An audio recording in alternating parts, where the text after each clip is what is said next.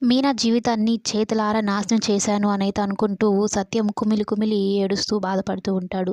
సుశీల ఏం కాదురా ఏదో ఒకటి చేద్దాము, మనోజ్‌ని పట్టుకొని వద్దాము, వెతికి తీసుకొని వద్దాం అని చెప్తున్నా అతనైతే కంట్రోల్ అవ్వలేకపోతాడు.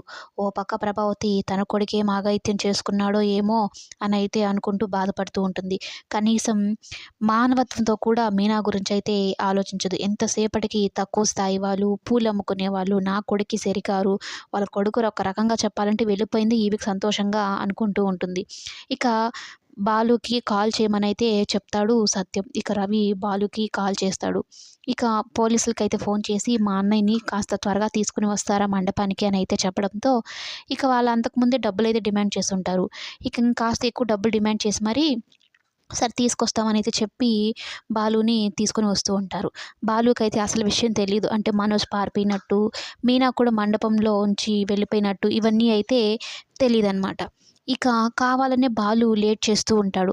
నేను ముహూర్తం అయిపోయిన తర్వాత, టైం అయిపోయిన తర్వాత వెళ్ళాలి. లేదంటే ఏ క్షణంలో అయినా ఆఖరి నిమిషంలో తాళి కట్టే సమయంలో అయినా నన్ను చూసిందంటే ఆపేస్తది పెళ్ళి, ఎళ్ళిపోతది అనైతే అనుకుంటూ ఉంటాడు బాలు. కావాలనే లేట్ చేస్తూ ఉంటాడు.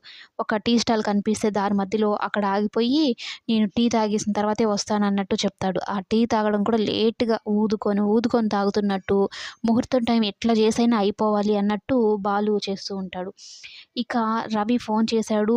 మీ తమ్ముడు ఫోన్ చేశాడయ్యా త్వరగా అక్కడేదో కొంచెం ప్రాబ్లమ్ అయిందంట అని కానిస్టేబుల్ చెప్పడంతో ఇంకా ఏమైందో ఏమో అని అప్పుడు బయలుదేరుతాడు బాలు.